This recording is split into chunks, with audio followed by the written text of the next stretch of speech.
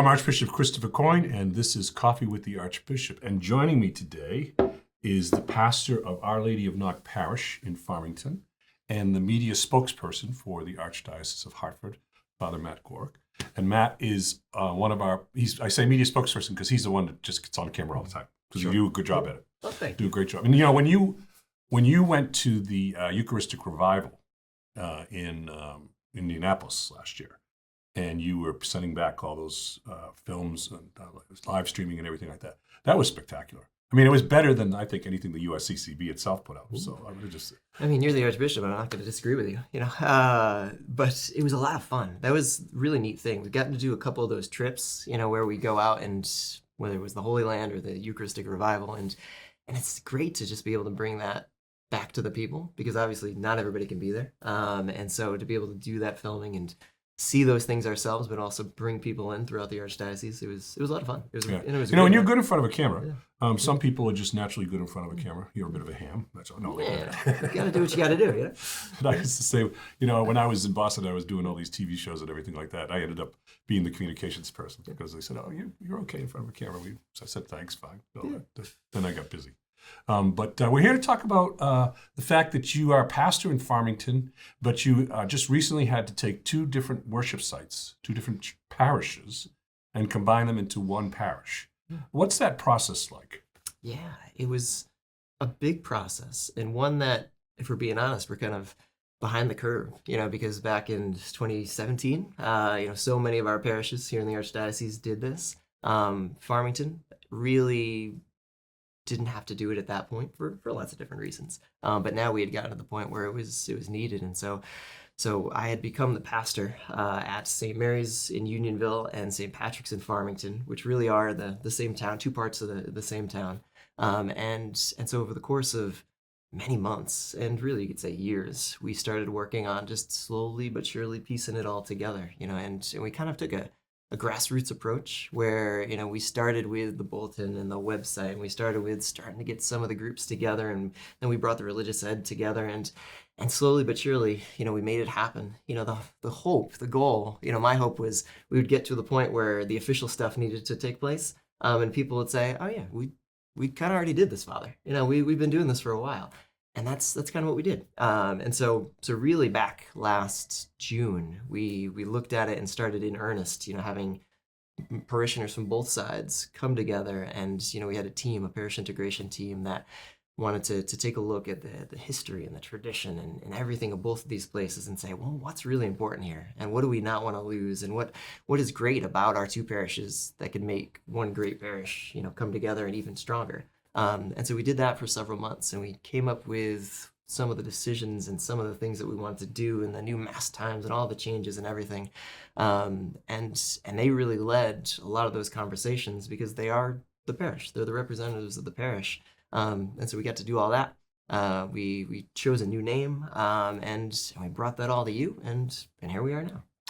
Yeah, I think what you had in Farmington, though, is you had two fairly strong parishes. Weren't. It wasn't like a necessity of closing because a lack of funding or a lack of people or something like that.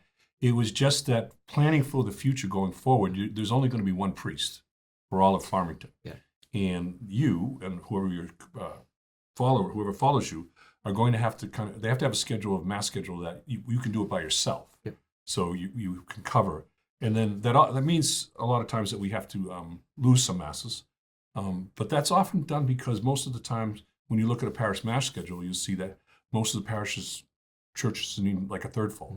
And you can combine two masses and have like 2/3 full versus like all these things.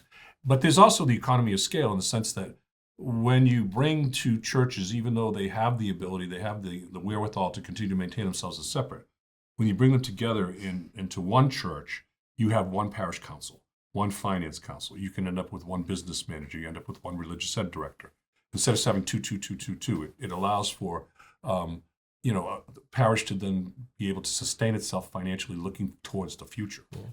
Yeah, and even in a very down to earth kind of real life way. Just last night, I was at a home with some of our parishioners. They invited me over. It was this great thing, and it was on a Wednesday night. And in the past, before we merged, Wednesday nights were like these big meeting nights. And like you said, I'd have to double up. I'd have to do 2 of everything in this meeting, in that meeting, in this council, and that council. And I just had this, thought like before we merged, I wouldn't have been able to do this. But now I get to go experience the parishioners, be in their home, see them, help them out, whatever it is. And so I think, just from that priest perspective of trying to do our job and, what we're supposed to do with our people, it opens that up more too. And it was fantastic. And so really, just being able to see some of those things starting is so great because, bringing people together from town, it's been beautiful, to have them come to new masses or come down the street to the other church that maybe some had never been there before. And they look across the pews and they're like, oh, hey, I know you. Like they know each other from scouts and from sports and from school and from committees and groups and all sorts of stuff in town. And now it's like, oh, you're Catholic? I didn't realize that. And really it's great to be able to bring all that together. Right. I think the interesting thing about Farmington, though, is you have 2 distinct worship spaces in the sense that one is a more traditional, smaller church that's been built up and done very well in terms of adding the parish hall and making it handicap accessible and all that.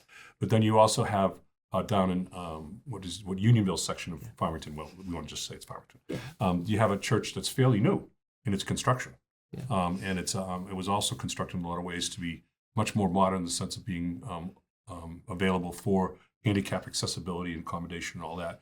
But the parish, your parish, the parish in the other end of town is the same way.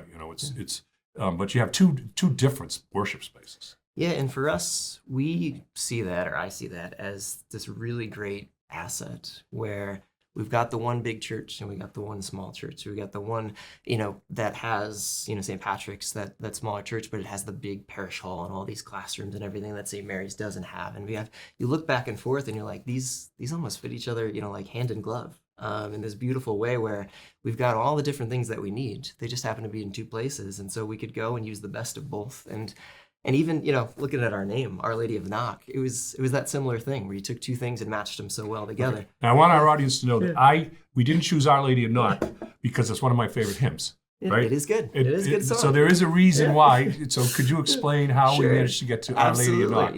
I really look at it. It's basic math. We take the Mary Church and we take the Patrick Church. So we've got Mary and this beautiful Marian tradition, and then we got St. Patrick, this beautiful Irish tradition. And so you take those 2, and the Irish Mary is Our Lady of Knock. And so one of the nice things that we get to do is to hold on to both of those traditions and hold on to both of the histories. Both churches, both parishes were over 100 years old. And so we, of course, didn't want to lose that. And so even in the name, we kind of get to bring that together. And it's been great to kind of introduce her to a lot of the parishioners who maybe didn't know that much about that apparition and, that before. So it's been wonderful. Yeah. If we had chosen my favorite hymn to be, your parish would be known as a parish of Ave Verum Corpus. That's good too. So it's a little bit less of a mouthful to say Our Lady of Knock.